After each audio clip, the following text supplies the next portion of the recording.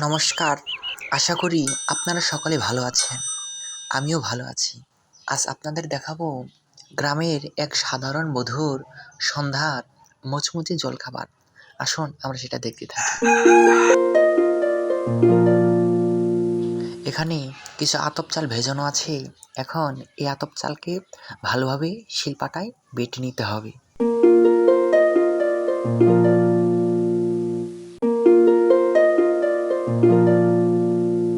আতপ চাল বাটার পর কিছু মশলা যেমন জিরা, দারচিনি, এলাচ ওই চাল বাটার মধ্যেই দিতে হবে লবণ, হলুদ এবং মরিচ গুঁড়ো। এরপর ভালোভাবে মিক্স করে নিতে হবে। এরপর ওই গোলার মধ্যে ভালোভাবে পাতাগুলি মেখে নিতে হবে। কড়াই গরম হলে তাতে সাদা তেল দিতে হবে। এরপর একে একে ধারাবাহিকভাবে ওই তেলের মধ্যে এই বড়াগুলি দিতে হবে। তেলে দেওয়ার কিছুক্ষণ পর বড়াগুলি ভালোভাবে উল্টিয়ে দুপিঠ ভেজে নিতে হবে।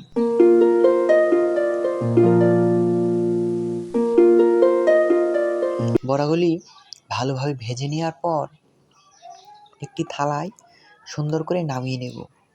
এরপর গরম গরম এই সন্ধ্যায় পরিবেশন করুন মুচমুচে স্বাদের চালের গুঁড়ির বড়া।